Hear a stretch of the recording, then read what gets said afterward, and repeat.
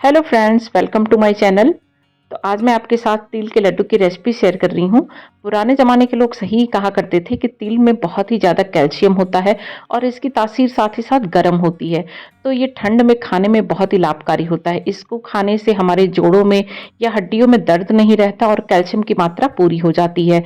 तो एक बार आप इस ठंड के मौसम में तिल के लड्डू या फिर तिल की रेसिपी ज़रूर बना के ट्राई कीजिएगा। आपके बच्चों, आपके परिवार के लिए बहुत ही लाभदायक है।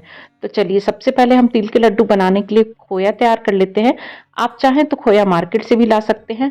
मैंने इसको बहुत ही आसानी से घर पे बना करके तैयार किया है, तो एक बार आप इस तरीके से भी ज़रूर ट्राई कीजिएगा। तो सबसे पहले मैंने ले लिया है 1 कप मिल्क पाउडर और उसमें डाल दिया लगभग आधा कप दूध और इसको हम मीडियम आँच पे बिल्कुल एक साथ ही चलाते जाएँगे, मतलब लगातार इसको चलाते जाना है। और इसमें मैंने डाल दिया है लगभग 1 चम्मच देसी घी। तो आपका ये कम से कम 5 से 7 मिनट के अंदर खोया घर पर ही बनके तैयार हो जाएगा। तो ये देखिए, लगभग 5 से 7 मिनट हो चुके हैं और हमारा ये खोया बन करके तैयार होने लगा है। तो इसको आप लगातार चलाते जाएँ और कोशिश करें कि इसको आप नॉन स्टिक में ही बनाएँ, तो ये नीचे बिल्कुल भी नहीं चिपकेगा। तो ये देखिए, मेरा खोया बन करके तैयार हो गया है। अब चलिए इसको साइड में रख देते हैं ताकि ये थोड़ा ठंडा हो जाए। अब चलिए ले लेते हैं तिल। तो मैंने ले लिया है लगभग 2 कटोरी तिल है, जिसको अच्छे से मैंने साफ कर लिया है और इसको हम बिल्कुल धीमी आंच पर लगभग 2 से 3 मिनट के लिए रोस्ट कर लेंगे। तिल बहुत ही जल्दी भून करके तैयार हो जाता है, तो जब भी आप इसको भूनिए बिल्कुल धीमी आंच रखिए। और आपको कैसे पता लगेगा कि ये तिल भून गया है? क्योंकि ये चटकने लगेगा, तो आपको पता लग जाएगा। इसका कलर हमें चेंज नहीं करना है। बिल्कुल धीमी आंच पे लगातार इसको हम चलाते जाएंगे और जैसे ही चटकने की आवाज़ आएगी, आप अपना गैस बंद कर दीजिए और हमारा ये तिल बिल्कुल अच्छे से भून करके तैयार हो जाएगा।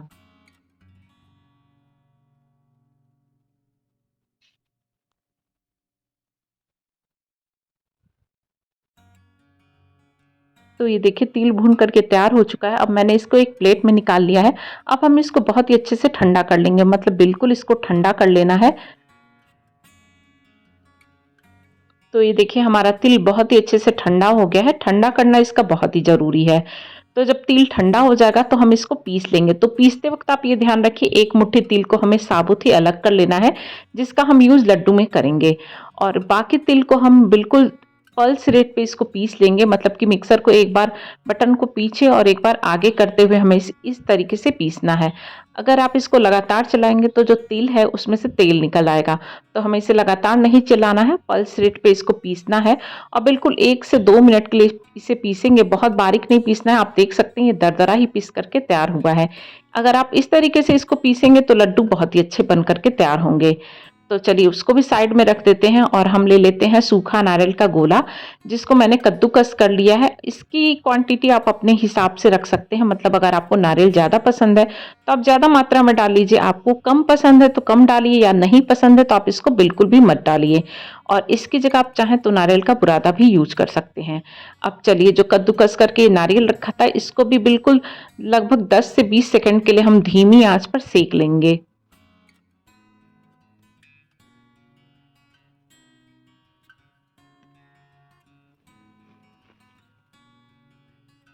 तो ये देखिए, हमारा नारियल ये भी सिक करके तैयार हो चुका है। अब इसको भी साइड में रख देते हैं और सेम पैन में मैंने ले लिया है जो खोया जो हमने बना करके पहले रखा था।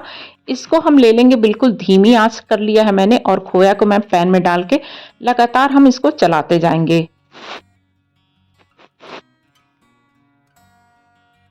तो लीजिए, मैंने गैस ऑन कर दिया है और बिल्कुल धीमी आंच ही इसको रखना है हमें।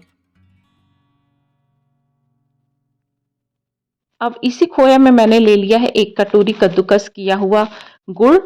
और आप चाहें तो कद्दूकस करने के बजाय इसको हाथों से अच्छे से बिल्कुल छोटा-छोटा तोड़ लीजिए और इसको हम खोए में मिला देंगे और इसको भी धीमी आंच पे ही रखेंगे और लगातार इसको चलाते जाएँगे। तो आप देखेंगे लगभग 2 से 3 मिनट के अंदर ही गुड़ और खोए की जो कंसिस्टेंसी है बिल्कुल पतली हो जाएगी। तो बर्तन थोड़ा छोटा हो रहा था, तो मैंने इसे दूसरी कढ़ाई में ट्रांसफ़र कर दिया है।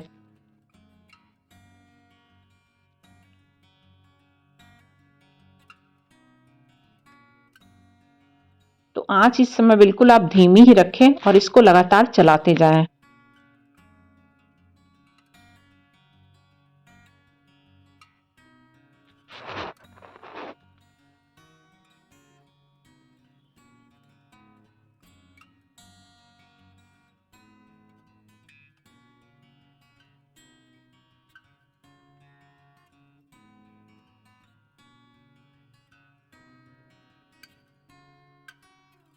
तो आप देख सकते हैं गुड़ बहुत ही अच्छे से पिघल गया है, गरम हो गया है।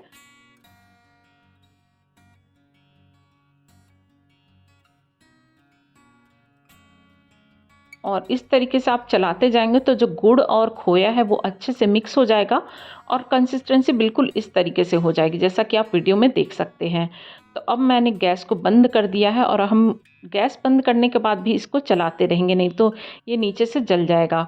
और गैस बंद करने के बाद जो हमने तिल पीस करके रखा हुआ था और नारियल सेक करके रखा हुआ था और बाकी जो एक मुट्ठी तिल हमने शुरुआत में रख दिया था उसको हम इस गुड़ और खोए के मिक्सचर में मिक्स कर देंगे। और इसके बाद मैंने डाल दिया बिल्कुल थोड़े से बादाम कटे हुए। आप अपनी इच्छा अनुसार बादाम डाल सकते हैं या फिर इसको छोड़ भी सकते हैं। अब हम बहुत ही तेज़ी के साथ सारी चीज़ों को अच्छे से मिक्स कर लेंगे और इसके साथ ही हम इसमें डाल देंगे लगभग 1 चम्मच देसी घी। तो गैस इस वक्त बंद है और हम इन सारी चीज़ों को अच्छे से मिक्स कर लेंगे ताकि गुड़ के साथ ही ये तिल और नारियल का जो मिक्सचर है वो भी अच्छे से मिक्स हो जाए। तो आप देखेंगे बहुत ही जल्दी जो ये मिक्सचर है वो ठंडा होने लगेगा और जब ये सहने लायक हो जाए मतलब ठंडा होने लगे तो आप इसका छोटा-छोटा पोर्शन लेकर और जैसे हम लड्डू बनाते हैं उस तरीके से इस तरीके से मतलब लड्डू बना करके तैयार कर लीजिए।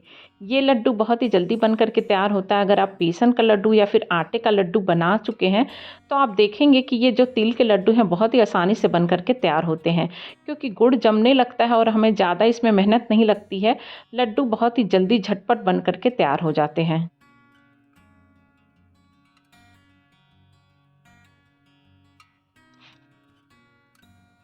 तो ये देखिए बहुत ही दानेदार सफ़ेद तिल का लड्डू बन कर के तैयार है। बहुत ही आसानी के साथ ये बन कर के तैयार हो जाता है और टेस्ट में इसका कोई जवाब नहीं है।